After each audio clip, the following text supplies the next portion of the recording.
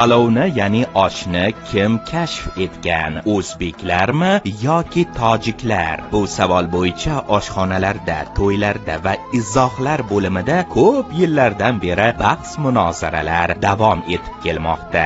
Biroq haqiqat ko'ringanidan ham teranroq va xushbo'yroqdir. Chunki palov tarixi kimniki haqida emas, balki nima haqida? Bu tarix, madaniyat, xotira va odamlarni birlashtiruvchi ta'mdir. Qadim zamonlarda O'zbekistonning mis qozonlarida zirvakning birinchi qatlami vishillashidan ancha ilgari palov allaqachon tayyor taom sifatida emas, balki g'oya sifatida dunyo bo'ylab sayohat qilayotgan edi. Palov bir makonda emas, balki insoniyat tarixi qaynayotgan minglab qozonlarda paydo bo'lgan. Palov Samarqand yoki Buxoroda emas, balki Hindistonning tutunli bozorlari, Janubiy Xitoyning sholi terrasalari va qadimgi Hindiston ibodatxonalari oralig'ida dunyoga kelgan. Palov so'zi sanskrit tilidagi pulakadan kelib chiqqan deyishadi, lekin bu shunchaki guruch degani emas, balki yaratgan xonadon,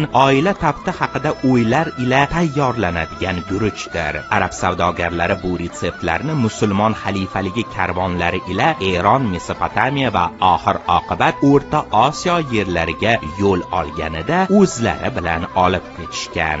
Ular nafaqat savdo mollarini, balki madaniyatni ham, me'morchilik, naqshlar, mehmondo'stlik qoidalari va albatta taom tayyorlash sirlarini ham olib kelishgan.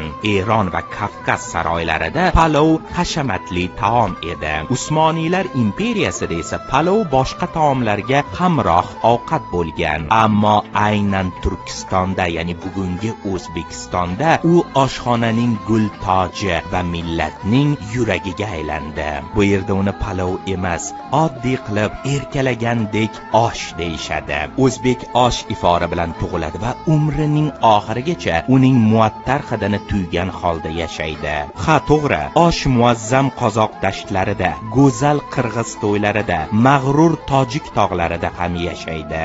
Lekin aynan vatanimiz O'zbekistonda u haqiqiy san'at asariga aylanadi.